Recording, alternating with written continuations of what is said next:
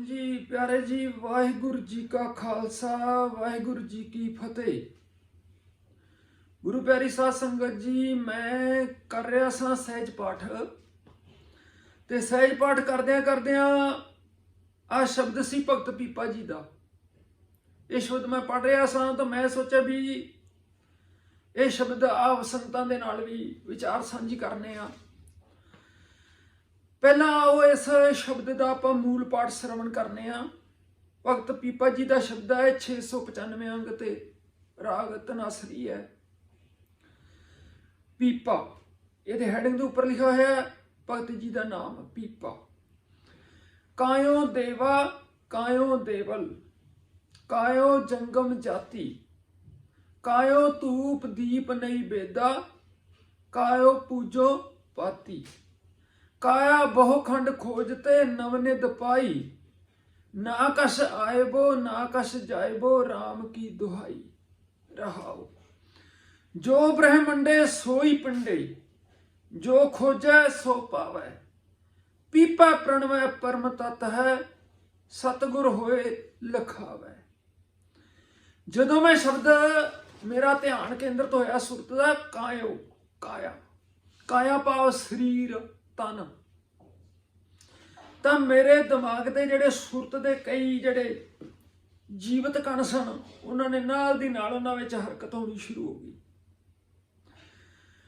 साध संगत जी, इस देश का खास करके इस खिते का साउथ एशिया का इत्थे आपां नूं पता भी धर्म का किन्ना कु बोलबाला सी और किहड़े किहड़े धर्म क्रियाशील सी। हुण भगत जी एक गल मैं उत्थे लैके जानी है। भगत जी गल कर रहे हैं शरीर की। कायो देवा कि मेरा शरीर ही देवता है। शरीर की गल हो रही है कि शरीर मेरा देवता है। तो मेरा ध्यान उन्हां चीज़ों वाल जा रहा सी कि जिन्नी भी इस धर्म के नां ते जिहड़ी दौड़ भज सी मनुख की वो बाहरमुखी सी, बड़ी बाहरमुखी सी। ते इस शरीर के उत्ते जे ध्यान केंद्रित करिए भी शरीर बारे जिहड़ा इतिहास पढ़िए तो शरीर दे नाल किथे किथे अणिया जाति की जा रही सी। मनुख जिहड़ा है धार्मिक कर्मकांड करने लई अपने धर्म नूं एक तरह कहिए धर्म कमाउण लई परमात्मा नूं पाउण लई धार्मिक तौर पर प्राप्तियां करने लई कोई तो शरीर नूं लैके जंगलों वाले जा रहा सी, कोई शरीर नूं पहाड़ां दियां कुंदरां दे विच किसी ने फिट कीता सी, कोई बर्फ दे विच शरीर नूं गाल रहा सी। तो भगत पीपा जी का यह शब्द उन्हां समयां विच जदों के परमात्मा दे बख्शे होए जिन्हों भगत जी मंदिर कह रहे, शरीर नूं मंदिर कह रहे, जिहड़ा असली ठाकुर दा यही द्वारा सी शरीर सी, उस शरीर दे नाल अन्याय किवें हो रहा सी। भगत फरीद जी दे भी ये शरीर बारे ना श्लोक है। फरीदा तन ना तपाए तनूर ज्यूं बालन हड ना बाल सिर पैरी क्या फेड़िया अंदर पिरी निहाल। कि मनुख की जिहड़ी धार्मिक दौड़ भज सी वो सारी बाहरमुखी सी। ते गुरु देखो जिहड़ा गुरु हुंदा है वो सच्चा ज्ञान दाता है और सच्चा ज्ञान जिहड़ा है वो मनुख की इस सारी दौड़ भज नूं बिरती नूं दिमाग की सारी बिरती जिहड़ी बाहरमुखी है उन्होंने उलटांदा अंदर वाल नूं। उन्होंने ये शब्द मैनू शब्द के उत्ते ध्यान मेरा केंद्रित तां होया कि इस शब्द दे विच भगत पीपा जी देखो ये शब्द नूं ज्यों ही मैं पढ़िया इहदे विचों मैनू क्रांति की एक ऐसी जागृति की खुशबू जिहड़ी मैनू इहदे विचों महसूस हुई तो मैं आप जी दे नाल साझा तां करन लगा। इन्हां शब्द दीयां पंक्तियां नूं आपां नाल लैणे नाल विचार करने आ कि फरीद जी का मैं श्लोक आप जी दे नाल साझा कीता है। फरीद जी जिवें उन्हां समयां दे विच जिहड़ा सी शरीर दे उत्ते कोई धूणियां तपाण ते लगा सी, शरीर का सत्यानाश मारन ते लगा, किसी कोई तैनूं धूणियां तपा के साड़ रहा शरीर नूं, ते कोई जिहड़ा सी शरीर को पानी दे विच डोब के थकन दिया। ਕੋਈ ਜਿਹੜਾ ਸਰੀਰ ਨੂੰ ਚੁੱਕ ਕੇ ਪਤਾ ਨਹੀਂ ਕਿਹੜੇ ਕਿਹੜੇ ਥਾਵਾਂ ਤੇ ਠਾਠ ਕੀ, ਮੈਂ ਤਾਂ ਕਹਿੰਦਾ ਵੀ ਹਜ਼ਾਰਾਂ ਤੀਰਥ ਸਨ ਜਿੱਥੇ ਜਾ ਕੇ ਉਹ ਧਾਰਮਿਕ ਰਸਮਾਂ ਕਰਮ ਕਾਂਡ ਕਰ ਰਿਹਾ ਸੀ, ਸਰੀਰ ਨੂੰ ਲੈ ਕੇ ਭਟਕਣਾ ਦੇ ਵਿੱਚ ਪਿਆ ਹੋਇਆ ਸੀ। ਕਿਉਂਕਿ ਭਟਕਣਾ ਦੇ ਵਿੱਚ ਹਜ਼ਾਰਾਂ ਸਾਲ ਲੱਗ ਗਏ ਇਹ ਜਾਣਨ ਲਈ ਕਿ ਤਨ ਤਾਂ ਇਸ ਤਨ ਦੀ ਵੀ ਕੋਈ ਅਹਿਮੀਅਤ ਹੈ। ਇਹ ਪੀਪਾ ਜੀ ਨੇ ਜਿਹੜੀ ਗੱਲ ਕੀਤੀ ਉਦੋਂ ਪਿੱਛੇ ਹਜ਼ਾਰਾਂ ਸਾਲਾਂ ਦੇ ਸਫ਼ਰ ਨੇ ਮਨੁੱਖ ਦੇ, ਜਦੋਂ ਕਿ ਮਨੁੱਖ ਨੇ ਤਨ ਨੂੰ ਵੀ ਅਹਿਮੀਅਤ ਦੇਣੀ ਸ਼ੁਰੂ ਕੀਤੀ। ਤੇ ਸੈਂਕੜੇ ਹਜ਼ਾਰਾਂ ਸਾਲ ਹੀ ਲੱਗੇ ਹੋਣਗੇ ਜਿੰਨਾ ਜਦੋਂ ਇਸ ਗੱਲ ਤੇ ਮਨੁੱਖੀ ਬੁੱਧੀ ਪਹੁੰਚੀ ਕਿ ਤਨ ਦੇ ਵਿੱਚ ਕੋਈ ਮਨ ਵੀ ਹੁੰਦਾ ਹੈ। ਤੇ ਅਸਲੀ ਜਿਹੜਾ ਡਰਾਈਵਰ ਹੈ ਇਸ ਸਰੀਰ ਦਾ ਉਹ ਮਨ ਹੈ। ਗੁਰਬਾਣੀ ਵਿੱਚ ਸ਼ਬਦ ਅਨੇਕਾਂ ਹੀ ਪੰਕਤੀਆਂ ਨੇ, ਕਹਿੰਦੇ ਬੜੀ ਲੰਮੀ ਲਿਸਟ ਦਿੰਦੇ ਆ, ਜੋਗੀ ਕੀ, ਸੰਨਿਆਸੀ ਕੀ, ਤਪੀ ਕੀ, ਸਾਰਿਆਂ ਦੀ, ਧਾਰਮਿਕ ਜਿੰਨੇ ਵੀ ਸੀ, ਕਹਿੰਦੇ ਤਿੰਨ ਪੀ ਤਨ ਮੈਂ ਮਨ ਨਹੀਂ ਪੇਖਾ। ਉਹਨਾਂ ਨੇ ਵੀ ਆਪਣੇ ਸਰੀਰ ਨੂੰ ਚਲਾਉਣ ਵਾਲਾ ਜਿਹੜਾ ਡਰਾਈਵਰ ਹੈ ਮਨ ਹੈ ਉਹਦੇ ਬਾਰੇ ਕੋਈ ਵਿਚਾਰ ਹੀ ਨਹੀਂ ਕੀਤੀ। ਉਹਦੇ ਬਾਰੇ ਕੋਈ ਸੱਚੀ ਸੁੱਚੀ ਕੋਈ ਸਾਵੀਂ ਪੱਧਰੀ ਜੀਵਨ ਜੁਗਤ ਦੀ ਉਹਨਾਂ ਨੂੰ ਖਬਰ ਹੀ ਨਹੀਂ ਪਤਾ ਲੱਗੀ। ਤਾਂ ਭਗਤ ਜੀ ਦਾ ਇਹ ਸ਼ਬਦ ਆਪ ਜੀ ਦੇ ਨਾਲ ਸਾਂਝਾ ਕਰਨੇ ਆਪਾਂ। ਕਾਇਓ ਦੇਵਾ, ਭਗਤ ਪੀਪਾ ਜੀ ਕਹਿੰਦੇ ਮੇਰਾ ਸਰੀਰ ਹੀ ਮੇਰਾ ਦੇਵਤਾ ਹੈ। ਮਨੁੱਖ ਕੀ ਕਰਦਾ ਸੀ? ਦੇਵਤਿਆਂ ਨੂੰ ਖੁਸ਼ ਕਰਨ ਲਈ ਦੇਵਤੇ ਉਹਦੇ ਸਾਹਮਣੇ ਇੱਕ ਬਣਾਈ ਹੋਈ ਸੀ, ਪਦਵੀ ਬਣਾਈ ਹੋਈ ਸੀ, ਸਰਵਉੱਚ ਪਦਵੀ, ਜਿਹਨੂੰ ਉਹਨੇ ਇੱਕ ਡਿਗਰੀ ਕਹਿ ਲਓ, ਜਿਹਨੂੰ ਉਹ ਪ੍ਰਾਪਤ ਕਰਨਾ ਹੈ। ਉਹ ਇੱਕ ਡਿਗਰੀ ਉਹਦੇ ਮਾਨਸਿਕਤਾ ਦੇ ਵਿੱਚ ਇੱਕ ਅਟਰੈਕਸ਼ਨ ਬਣਾਇਆ ਸੀ ਕਿ ਦੇਵਤੇ ਮਹਾਨ ਹੁੰਦੇ ਨੇ, ਕਿ ਮਨੁੱਖ ਜਿਹੜਾ ਹੈ ਉਹ ਦੇਵਤਿਆਂ ਦਾ ਅੱਗੇ ਗਿੜਗਿੜਾ ਰਿਹਾ ਸੀ। ਤਾਂ ਇਹ ਜਿਹੜੇ ਕ੍ਰਾਂਤੀਕਾਰੀ ਯੋਧੇ ਸ੍ਰੀ ਗੁਰੂ ਗ੍ਰੰਥ ਸਾਹਿਬ ਦੇ ਨੇ 35 ਮਹਾਂਪੁਰਖ, ਇਹ ਦੇਖੋ ਕਿੱਥੇ ਗਵਾਚੀ ਹੋਈ ਮਨੁੱਖੀ ਚੇਤਨਾ ਨੂੰ ਇੱਕੋ ਦਮ ਕਿਸ ਡਿਗਰੀ ਤੇ ਲੈ ਜਾਂਦੇ ਨੇ। ਉਹ ਕਹਿੰਦੇ ਨੇ, ਭਗਤ ਜੀ ਕਹਿੰਦੇ ਮੇਰਾ ਤਨ ਹੀ ਮੇਰਾ ਦੇਵਤਾ ਹੈ। ਸਾਰੀ ਜੀਵਨ ਜੁਗਤ ਨੂੰ ਘੁਮਾ ਕੇ ਮਨੁੱਖ ਦੇ ਉੱਤੇ ਕੇਂਦਰਿਤ ਕਰਦੇ ਨੇ। ਤੇ ਜਿਹੜੇ ਲੁੱਟ ਖਸੁੱਟ ਵਾਲੇ ਸਨ, ਜਿਹੜੀ ਭਟਕਣਾ ਦੇ ਵਿੱਚੋਂ, ਭਰਮ ਦੇ ਵਿੱਚੋਂ ਧਾਰਮਿਕ ਜੁਗਤੀ ਆ ਰਹੀ ਸੀ, ਉਹ ਮਨੁੱਖ ਨੂੰ ਭਟਕਾ ਕੇ ਉਹਨੂੰ ਟੁਕੜਿਆਂ ਵਿੱਚ ਵੰਡ ਰਹੀ ਸੀ ਥਾਂ ਥਾਂ ਤੇ। ਜਿਹੜੇ ਇਹ ਕ੍ਰਾਂਤੀਕਾਰੀ ਯੋਧੇ ਸਨ ਉਹਦੇ ਸਾਰੀ ਸ਼ਕਤੀ ਨੂੰ ਕੇਂਦਰ ਕਰਕੇ ਖੜਾ ਕੇ ਉਹਨੂੰ ਉਹਦੇ ਉੱਤੇ, ਮਨੁੱਖਤਾ ਦੇ ਉੱਤੇ ਕੇਂਦਰਿਤ ਕਰ ਰਹੇ ਨੇ, ਉਹਦੇ ਆਪੇ ਦੇ ਉੱਤੇ ਕੇਂਦਰਿਤ ਕਰ ਰਹੇ ਨੇ। ਤੇ ਭਗਤ ਜੀ ਕਹਿ ਰਹੇ ਨੇ, ਕਹਿੰਦੇ ਮੇਰੇ ਲਈ, ਮੈਂ ਨਹੀਂ ਕਿਸੇ ਦੇਵਤਿਆਂ ਨੂੰ ਖੁਸ਼ ਕਰਨ ਜਾਂਦਾ, ਮੇਰੇ ਲਈ ਮੇਰਾ ਤਨ ਹੀ ਦੇਵਤਾ ਹੈ। ਇਸ ਸ਼ਬਦ ਵਿੱਚ ਅੱਗੇ ਵਾਰ-ਵਾਰ ਉਹਨਾਂ ਨੇ ਆਪਣਾ ਇਹਦੇ ਉੱਤੇ ਕੇਂਦਰਿਤ ਕਰਨਾ ਮਨੁੱਖੀ ਚੇਤਨਾ ਨੂੰ ਕਿ ਤਨ ਦੀ ਅਹਿਮੀਅਤ ਕੀ ਹੈ। ਤੁਰਕੀ ਬਾਣੀ ਦੇ ਵਿੱਚੋਂ ਇਹ ਪਹਿਲੀ ਵਾਰੀ ਸੁਨੇਹੇ ਸੁਣਨ ਨੂੰ ਮਿਲੇ ਨੇ ਕਿ ਮਾਨਸ ਜਨਮ ਦੁਲੰਭ ਹੈ, ਮਨੁੱਖਾ ਸਰੀਰ ਵੀ ਅਹਿਮ ਹੋ ਸਕਦਾ ਹੈ, ਮਨੁੱਖਾ ਜੀਵਨ ਵੀ ਅਹਿਮ ਹੈ। ਮੇਰੇ ਲਈ ਮੇਰਾ ਤਨ ਹੀ ਦੇਵਤਾ ਹੈ, ਮੇਰੇ ਲਈ ਸਰਵਉੱਚ ਪਦ। ਮੈਂ ਨਹੀਂ ਕਿਸੇ ਧਾਰਮਿਕ ਭਗਵਾਨ ਨੂੰ ਖੁਸ਼ ਕਰਨ ਲਈ ਤੁਰਿਆ, ਮੈਂ ਕਿਸੇ ਧਾਰਮਿਕ ਦੇਵਤੇ ਨੂੰ ਖੁਸ਼ ਕਰਨ ਲਈ ਤੁਰਿਆ, ਮੈਂ ਕਿਸੇ ਧਾਰਮਿਕ ਪੁਜਾਰੀ ਨੂੰ ਖੁਸ਼ ਕਰਨ ਲਈ ਨਹੀਂ ਤੁਰਿਆ। ਮੇਰੇ ਲਈ ਸਭ ਤੋਂ ਪਹਿਲਾਂ ਜਿਹੜਾ ਮੇਰੀ ਇੰਟੈਂਸ਼ਨ ਦਾ ਕੇਂਦਰ ਹੈ ਉਹ ਮੇਰਾ ਤਨ ਹੈ। ਕਾਇਓ ਦੇਵਾ, ਮੇਰੇ ਲਈ ਦੇਵ ਚੀਜ਼, ਮੇਰਾ ਰੱਬ, ਮੇਰਾ ਦੇਵਤਾ, ਮੇਰਾ ਭਗਵਾਨ ਮੇਰਾ ਤਨ ਹੈ। ਪਹਿਲਾ ਵਾਹ ਮੈਨੂੰ ਮੇਰੇ ਤਨ ਨਾਲ ਪੈਂਦਾ ਹੈ। ਕਾਇਓ ਦੇਵਾ ਕਾਇਓ ਦੇਵਲ, ਮੇਰੇ ਲਈ ਧਾਰਮਿਕ ਸਥਾਨ ਜੋ ਹੈ, ਪੂਜਾ ਦਾ ਸਥਾਨ, ਮਹਾਨਤਾ ਦਾ ਕੇਂਦਰ ਮੇਰਾ ਸਰੀਰ ਹੀ ਹੈ। ਕਾਇਓ ਜੰਗਮ ਜਾਤੀ, ਮੇਰੇ ਲਈ ਕੋਈ ਸਾਧੂ, ਜੰਗਮ ਸਾਧੂ ਇੱਕ ਜਿਹੜਾ ਫਿਕਸ ਪੁਆਇੰਟ ਵਰਤਿਆ ਹੈ। ਜੰਗਮ ਜਿਹੜੇ ਨੇ ਇਹਨਾਂ ਦੀ ਤੇ ਕਿਉਂਕਿ ਇੱਕ ਸ਼ਾਖਾ ਵੀ ਹੈ ਜੰਗਮਾਂ ਦੀ, ਜਿਹੜੇ ਉਹ ਸਿਰ ਦੇ ਉੱਤੇ ਮੋਰ ਦੇ ਖੰਭ ਜੇ ਬੰਨ੍ਹਦੇ ਨੇ ਉਹਨਾਂ ਨੂੰ ਜੰਗਮ ਕਹਿੰਦੇ ਨੇ। ਆਮ ਹੀ ਉਹਨਾਂ ਨੇ ਟੱਲੀਆਂ ਜਿਹੀਆਂ ਬੰਨ੍ਹੀਆਂ, ਉਹਨਾਂ ਨੇ ਮੋਰ ਦੇ ਖੰਭ ਹੁੰਦੇ ਨੇ, ਤੇ ਜਗ੍ਹਾ ਜਗ੍ਹਾ ਜਾ ਕੇ ਜਿਹੜੇ ਨੇ ਭੀਖ ਮੰਗਦੇ ਨੇ, ਕੋਈ ਲੋਕਾਂ ਤੋਂ ਜੋ ਲੈਂਦੇ ਨੇ। ਉਹ ਕਹਿੰਦੇ ਵੀ ਮੇਰੇ ਲਈ ਯਾਤਰਾ ਕਰਨ ਦਾ ਸਥਾਨ, ਧਾਰਮਿਕ ਸਾਧੂ ਦਾ ਜਿਹੜਾ ਕੇਂਦਰ ਹੈ ਉਹ ਮੇਰਾ ਸਰੀਰ ਹੀ ਹੈ। ਮਤਲਬ ਸਾਰੀ ਧਾਰਮਿਕ ਕੇਂਦਰਤ ਜਿਹੜਾ ਧਰਮ ਦਾ ਕੇਂਦਰ ਬਣਾ ਦਿੱਤਾ, ਉਹ ਤਨ ਨੂੰ ਬਣਾ ਦਿੱਤਾ। ਮੈਂ ਇਹ ਗੱਲ ਵਾਰ-ਵਾਰ ਕਹਿ ਰਿਹਾ ਕਿ ਇਹ ਕ੍ਰਾਂਤੀਕਾਰੀ ਯੋਧੇ ਨੇ ਜਿਨ੍ਹਾਂ ਨੇ ਭਟਕ ਰਹੀ ਮਨੁੱਖਤਾ ਨੂੰ, ਕਿਉਂਕਿ ਸਾਰੀ ਦੌੜ ਭੱਜ ਜਿਹੜੀ ਸੀ ਧਰਮ ਦੀ, ਉਹ ਆਪੇ ਤੋਂ ਦੂਰ ਲਿਜਾਣ ਵਾਲੀ ਸੀ।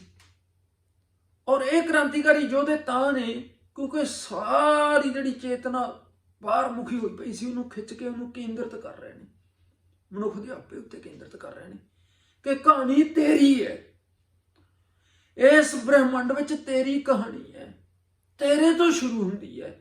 ਜੇ ਕਹਾਣੀ ਔਰ ਮਨੁੱਖ ਦੀ ਹਾਲਤ ਇਹ ਸੀ, ਉਹ ਕਹਾਣੀ ਕਿਤੋਂ ਲੱਭ ਰਿਹਾ ਸੀ ਤੇ ਕਿਤੋਂ ਜਾ ਕੇ ਸ਼ੁਰੂ ਕਰਨਾ ਚਾਹੁੰਦਾ ਸੀ। ਉਹ ਕਹਿੰਦੇ ਜੇ ਘਰ ਵੱਲ ਪਿੱਠ ਕਰਕੇ ਤੁਰਿਆ ਤਾਂ ਤੇਰੀ ਕਹਾਣੀ ਤਾਂ ਇਸ ਤਰੀਕੇ ਨਾਲ ਤਾਂ ਸ਼ੁਰੂ ਨਹੀਂ ਹੋਣੀ, ਔਰ ਯੁੱਗ ਬੀਤ ਗਏ ਹਨ, ਕਹਾਣੀ ਸ਼ੁਰੂ ਹੋਈ ਵੀ ਨਹੀਂ ਸੀ, ਬਲਕਿ ਕਹਾਣੀ ਭਟਕ ਗਈ ਸੀ, ਭਟਕੀ ਹੋਈ ਸੀ। ਔਰ ਭਗਤ ਪੀਪਾ ਜੀ ਕਹਿ ਰਹੇ ਨੇ, ਕਹਿੰਦੇ ਕਹਾਣੀ ਤੇਰੇ ਤੋਂ ਸ਼ੁਰੂ ਹੋਈ ਹੈ, ਇਹ ਮਨੁੱਖ ਕਹਾਣੀ ਦਾ ਕੇਂਦਰ ਬਿੰਦੂ ਤੂੰ ਹੈ, ਤੇਰੇ ਤੋਂ ਕਹਾਣੀ ਸ਼ੁਰੂ ਕਰਨੀ ਹੈ। ਤੋ ਦੇਖੋ ਉਹ ਇਹ ਐਸੇ ਧਾਰਮਿਕ ਯੋਧੇ ਸਨ ਜਿਨ੍ਹਾਂ ਨੇ ਜਿਹੜੀ ਕਹਾਣੀ ਸੀ ਪਹਿਲਾਂ ਤਾਂ ਸਾਰੀ ਚੇਤਨਾ ਨੂੰ ਲਿਆ ਕੇ ਕੇਂਦਰਿਤ ਕੀਤਾ। ਇਹ ਸਰੀਰ ਜਿਹੜਾ ਹੀਰਾ, ਇਹਨੂੰ ਰਤਨ ਕਿਹਾ ਕਿਉਂਕਿ ਇਹਦੇ ਵਿੱਚ ਹੀ ਜੀਵਨ ਦੀ ਜੋਤ ਵਸਦੀ ਹੈ। ਤਾਂ ਉਹੀ ਕਹਾਣੀ ਗੁਰੂ ਪਾਤਸ਼ਾਹ ਦੀ ਰਚਨਾਵਾਂ ਵਿੱਚੋਂ ਵੀ ਇਹ ਮੈਸੇਜ ਮਿਲਦੇ ਨੇ ਤੇ ਪੀਪਾ ਜੀ ਵੀ ਉਹੀ ਗੱਲ ਕਰ ਰਹੇ ਨੇ। ਕਹਿੰਦੇ ਕਾਇਓ ਜੰਗਮ ਜਾਤੀ, ਮੇਰੀ ਯਾਤਰਾ ਜਿਹੜੀ ਹੈ ਮੇਰੇ ਤਨ ਤੋਂ ਸ਼ੁਰੂ ਹੋ ਕੇ ਤਨ ਤੇ ਖਤਮ ਹੋ ਜਾਂਦੀ ਹੈ। ਅੱਜ ਵੀ ਦੇਖੋ ਤੇ ਉਹਨਾਂ ਸਮਿਆਂ 'ਚ ਦੇਖੋ, ਮਨੁੱਖ ਦੀ ਯਾਤਰਾ ਕਰਾਈ ਕਿੱਧਰ ਨੂੰ ਜਾ ਰਹੀ ਹੈ? ਬਾਹਰ ਨੂੰ।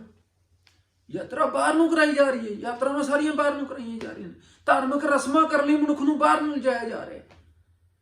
ਜਿਹੜੇ ਸਾਡੇ ਬਾਣੀਕਾਰ ਨੇ, ਭਗਤ ਨੇ, ਗੁਰੂ ਸਾਹਿਬਾਨ ਨੇ, ਉਹ ਸਾਰੀ ਯਾਤਰਾ ਜਿਹੜੀ ਬਾਹਰ ਮੁਖੀ ਉਹਨੂੰ ਖਿੱਚ ਕੇ ਉੱਤੇ ਕੇਂਦਰਿਤ ਕਰਦੇ ਨੇ, ਮਨੁੱਖ ਤੇ, ਮਨੁੱਖੀ ਚੇਤਨਾ ਤੇ ਕੇਂਦਰਿਤ ਕਰਦੇ ਨੇ। ਕਹਿੰਦੇ ਕਹਾਣੀ ਤੇਰੇ ਤੋਂ ਸ਼ੁਰੂ ਹੋਣੀ ਹੈ, ਤੇਰੇ ਤੇ ਖਤਮ ਹੋਣੀ ਹੈ। ਤੂੰ ਹੀ ਕਹਾਣੀ ਦਾ ਕੇਂਦਰ ਬਿੰਦੂ ਹੈ, ਤੂੰ ਹੀ ਮੇਨ ਹੀਰੋ ਹੈ, ਤੂੰ ਹੀ ਨਾਇਕ ਹੈ ਇਸ ਕਹਾਣੀ ਦਾ। ਕਦੀ ਵੀ ਮੈਂ ਤਾਂ ਇਹ ਸੋਚ ਕੇ ਹੈਰਾਨ ਹੋ ਰਿਹਾ ਸੀ, ਅੱਜ ਵੀ ਬਥੇਰੇ ਨੇ ਨਾ ਧਾਰਮਿਕ ਸ਼ਖਸੀਅਤ, ਅੱਜ ਵੀ ਬਹੁਤ ਨੇ, ਕੋਈ ਵੀ ਇਸ ਤਰ੍ਹਾਂ ਦਾ ਮੈਸੇਜ ਦੇ ਰਿਹਾ, ਮਨੁੱਖ ਨੂੰ ਕਹਿ ਰਿਹਾ, ਉਹਦੀ ਇੰਪੋਰਟੈਂਸ ਦੱਸ ਰਿਹਾ ਕਿ ਕਹਾਣੀ ਦਾ ਨਾਇਕ ਤਾਂ ਤੂੰ ਹੈ, ਹੀਰੋ ਤਾਂ ਤੂੰ ਹੈ ਸਾਰੀ ਕਹਾਣੀ ਦਾ, ਤੇਰੇ ਤੋਂ ਕਹਾਣੀ ਸ਼ੁਰੂ ਹੋਣੀ ਹੈ, ਤੇਰੀ ਤਾਂ ਕਹਾਣੀ ਹੈ। ਮੈਨੂੰ ਤਾਂ ਗੀਤ ਦੀਆਂ ਬੋਲ ਵੀ ਯਾਦ ਆਉਂਦੇ ਨੇ। ਆਮ ਗੀਤਕਾਰ ਵੀ ਦੇਖੋ, ਆਮ ਦੁਨੀਆ ਦੇ ਗੀਤਕਾਰ ਵੀ ਇਹੋ ਜਿਹੀ ਸੋਚ ਰੱਖਦੇ ਨੇ। ਕਹਿੰਦੇ ਕਿ ਜ਼ਿੰਦਗੀ ਔਰ ਕੁਛ ਵੀ ਨਹੀਂ, ਤੇਰੀ ਮੇਰੀ ਕਹਾਣੀ ਹੈ। ਜ਼ਿੰਦਗੀ 'ਚ ਮਨੁੱਖ ਕਹਾਣੀ ਤਾਂ ਤੇਰੀ ਹੈ ਸਾਰੀ। ਤੋ ਭਗਤ ਪੀਪਾ ਜੀ ਫਿਰ ਵਾਰ-ਵਾਰ ਉੱਥੇ ਲੈ ਕੇ ਆਉਂਦੇ ਨੇ, ਕਹਿੰਦੇ ਯਾਤਰਾ ਮੈਂ ਨਹੀਂ ਯਾਤਰਾਵਾਂ ਕਰਨ ਜਾਂਦਾ, ਮੈਨੂੰ ਨਹੀਂ ਯਾਤਰਾ ਕਰਨ ਦੀ ਲੋੜ, ਮੈਂ ਤਾਂ ਆਪਣੀ ਯਾਤਰਾ ਕਰਨੀ ਹੈ।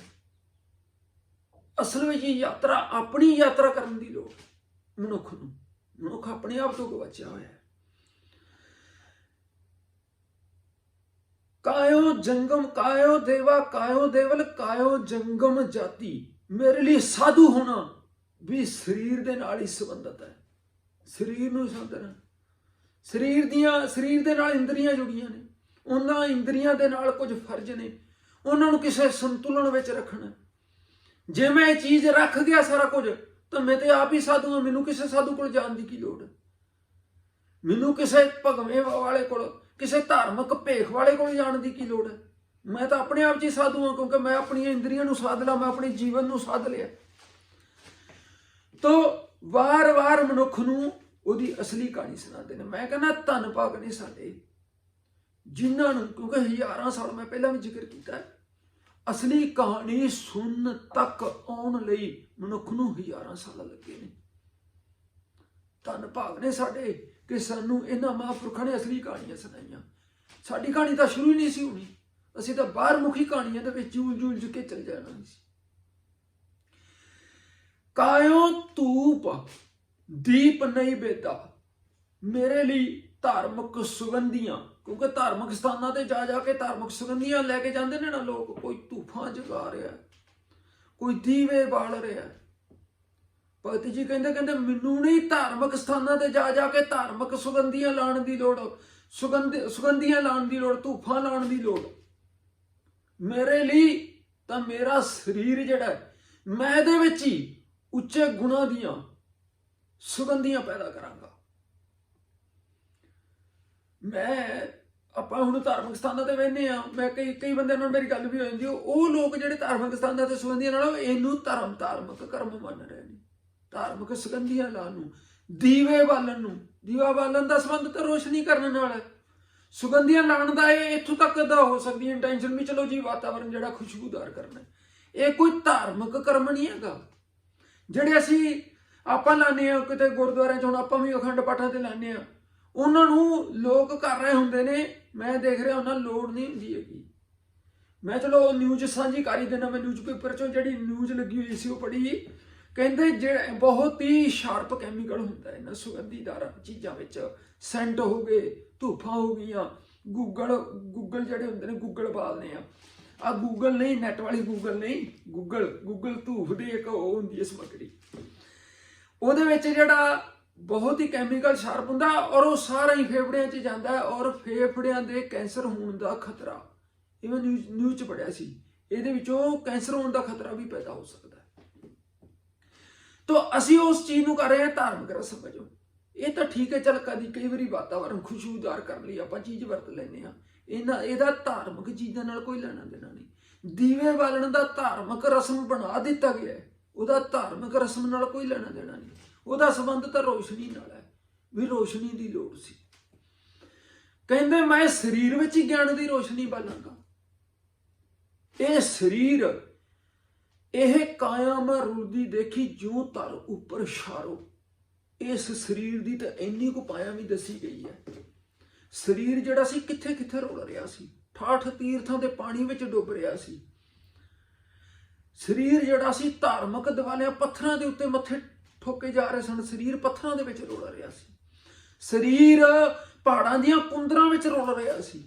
ਸਰੀਰ ਜਿਹੜਾ ਸੀ ਇਹ ਮਨੁੱਖ ਜਿਹੜਾ ਸੀ ਜੁੱਤੀ ਪਾਣੀ ਛੱਡ ਕੇ ਸਾਰਾ ਕੁਝ ਕਰਕੇ ਵਣ ਦੇ ਵਣ ਕੰਡਾ ਮੋੜਾ, ਵਣ ਦੇ ਕੰਡੇ ਮਿੱਧ ਰਿਹਾ ਸੀ, ਵਣਾਂ 'ਚ ਜਾ ਕੇ ਜੰਗਲ ਵਿੱਚ ਭਟਕ ਰਿਹਾ ਸੀ, ਧਾਰਮਿਕ ਤੱਤ ਨੂੰ ਲੱਭਣ ਦੇ ਵਿੱਚ, ਰੱਬ ਨੂੰ ਲੱਭਣ ਦੇ ਵਿੱਚ, ਭਗਵਾਨ ਨੂੰ ਲੱਭਣ ਦੇ ਵਿੱਚ। ਤੇ ਇਹਨਾਂ ਮਹਾਂਪੁਰਖਾਂ ਨੇ ਖਿੱਚ ਕੇ ਬਾਹਰ ਮੁਖੀ ਬਿਰਤੀ ਨੂੰ ਅੰਦਰ ਕਰਤਾ। ਕਹਿੰਦੇ ਲੈ ਕੁਛ ਗਵਾਚਾ ਹੈ ਹੀ ਨਹੀਂ, ਲੱਭਣਾ ਕਿਹਨੂੰ ਆ? ਅਸਲ ਵਿੱਚ ਤੂੰ ਲੱਭਣ ਦੇ ਚੱਕਰ ਵਿੱਚ ਤੂੰ ਹੀ ਗਵਾਚ ਗਿਆ, ਤੂੰ ਆਪ ਹੀ ਗਵਾਚ ਗਿਆ। ਕਾਇਓ ਧੂਪ ਦੀਪ ਨਹੀਂ ਬੇਦਾ। ਜਿਹੜਾ ਸੀ ਧੂਫਾਂ ਲਾਣੀਆਂ, ਦੀਵੇ ਜਗਾਣੇ, ਨਹੀਂ ਬੇਦਾ ਸ਼ਬਦ ਹੁੰਦਾ ਹੈ ਧਾਰਮਿਕ ਸਥਾਨਾਂ ਦੇ ਉੱਤੇ ਪਦਾਰਥ ਜਾਣੇ, ਲੂਣੇ ਮਿੱਠੇ ਪਦਾਰਥ, ਦੇਵਤਿਆਂ ਦੇ ਅੱਗੇ ਪਦਾਰਥ ਚੜਾਣੇ, ਧਾਰਮਿਕ ਸਥਾਨਾਂ ਦੇ ਪਦਾਰਥ ਚੜਾਣੇ। ਆ ਜਿਹੜਾ ਮੰਦਿਰ ਹੈ ਇਹ ਵੀ ਪਦਾਰਥਾਂ ਨਾਲ ਹੀ ਚੱਲਦਾ। ਸਾਡੇ ਤ੍ਰੈਵਣ ਦੇਰੀ ਚੱਲੈ ਪਾਣੀ ਅੰਨ, ਪਾਣੀ ਅੰਨ ਨਾਲ ਹੀ ਵੀ ਚੱਲਦਾ ਹੈ। ਇਹ ਮੰਦਿਰ ਜਿਹੜਾ ਇਹ ਜਿਉਂਦਾ ਜਾਗਦਾ ਮੰਦਿਰ ਹੈ। ਉੱਥੇ ਜਿੱਥੇ ਦੂਜੇ ਰਸਮਾਂ ਬਣਾ ਲਈਆਂ ਨੇ, ਉੱਥੇ ਜਿਉਂਦਾ ਭਗਵਾਨ ਹੈ ਨਹੀਂ।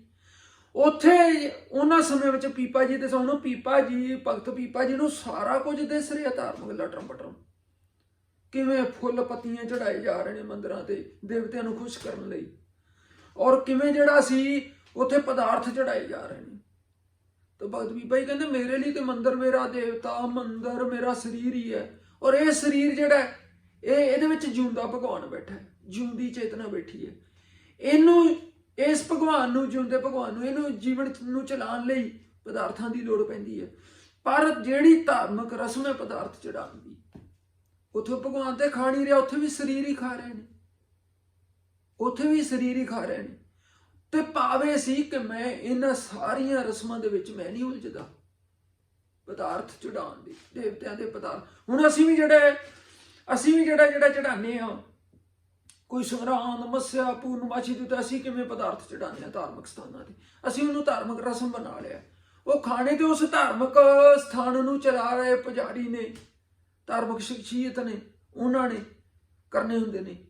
ਅਸੀਂ ਇਸ ਚੀਜ਼ ਨਾਲ ਚੜਾ ਰਹੇ ਹੁੰਦੇ ਹਾਂ ਕਿ ਭਗਵਾਨ ਨੇ ਛਕਣੇ ਨੇ, ਜਦੋਂ ਕਿ ਇਹ ਚੀਜ਼ ਨੂੰ ਜਿਹੜਾ ਸਾਡਾ ਸ੍ਰੀ ਗੁਰੂ ਗ੍ਰੰਥ ਸਾਹਿਬ ਦੀ ਬਾਣੀ ਹੈ, ਤੁਰਕੀ ਬਾਣੀ, ਮੈਂ ਵਾਰ-ਵਾਰ ਇਹ ਯਤਨ ਕਰਨਾ ਹੁੰਦਾ ਕਿ ਸ੍ਰੀ ਗੁਰੂ ਗ੍ਰੰਥ ਸਾਹਿਬ ਦੀ ਬਾਣੀ ਦੇ ਵਿੱਚੋਂ ਜਿਹੜਾ ਮੈਸੇਜ ਹੈ ਉਹ ਮੈਸੇਜ ਨਾਲ ਡਾਇਰੈਕਟ ਨਹੀਂ ਜੁੜ ਰਿਹਾ ਹੁੰਦਾ। ਉਹ ਮੈਸੇਜ ਦੇ ਵਿੱਚੋਂ ਜਦੋਂ ਅਸੀਂ ਪੜ੍ਹ ਰਹੇ ਹਾਂ, ਤਾਂ ਜਦੋਂ ਅਸੀਂ ਆਪਣੇ ਧਾਰਮਿਕ ਰਸਮਾਂ ਨਿਭਾ ਰਹੇ ਹੁੰਦੇ ਹਾਂ, ਜਿਹੜੀ ਉਹਨਾਂ ਵੱਲ ਵੇਖਦੇ ਹਾਂ, ਤਾਂ ਉਹ ਐਂ ਲੱਗਦਾ ਵੀ ਉਹ ਉਹਨਾਂ ਦੀ ਡਾਇਰੈਕਸ਼ਨ, ਸਾਰੀ ਦਿਸ਼ਾ ਜਿਹੜੀ ਬਿਲਕੁਲ ਉਲਟੀ ਜਾ ਰਹੀ ਹੈ। ਵਿੱਚੋਂ ਮੈਸੇਜ ਜਿਹੜਾ ਮਿਲ ਰਿਹਾ ਉਹ ਤਾਂ ਦੇਖੋ, ਇਹ ਕਿਸੇ ਨੇ ਉਹਨਾਂ ਸਮਿਆਂ ਦੇ ਵਿੱਚ ਕਿਸੇ ਦੀ ਕੋਈ ਜ਼ਰੂਰਤ ਹੋਈ ਹੋਗੀ, ਭਗਤ ਪੀਪਾ ਜੀ ਵਾਂਗੂ ਕਿਹਾ ਹੋਏਗਾ ਕਿ ਮੇਰੇ ਲਈ ਮੇਰਾ ਤਨ ਹੀ ਮੇਰਾ ਦੇਵਤਾ ਹੈ, ਮੈਨੂੰ ਨਹੀਂ ਕਿਸੇ ਧਾਰਮਿਕ ਸਥਾਨਾਂ ਤੇ ਜਾ ਕੇ ਪੂਜਾ ਕਰਨ ਦੀ ਲੋੜ, ਮੇਰੇ ਲਈ ਮੇਰਾ ਦੇਵਤਾ ਵੀ ਮੇਰਾ ਸਰੀਰ ਹੀ ਹੈ। ਇਹ ਸ਼ਬਦ ਦੀ ਆਪਾਂ, ਕਿਉਂਕਿ ਹੁਣ ਵਿਚਾਰ ਲੰਮੀ ਨਾ ਹੋ ਜੇ, ਇਹ ਸ਼ਬਦ ਦੀ ਆਪਾਂ ਅਗਲੀਆਂ ਪੰਕਤੀਆਂ ਦੀ ਵਿਚਾਰ ਆਪਾਂ ਅਗਲੇ ਭਾਗ ਵਿੱਚ ਕਰਨ ਦੀ ਕੋਸ਼ਿਸ਼ ਕਰਾਂਗੇ। ਫਿਲਹਾਲ ਆਪਾਂ ਵਿਚਾਰ ਨੂੰ ਇੱਥੇ ਹੀ ਰੋਕਨੇ ਆ। ਵਾਹਿਗੁਰੂ ਜੀ ਕਾ ਖਾਲਸਾ, ਵਾਹਿਗੁਰੂ ਜੀ ਕੀ ਫਤਿਹ।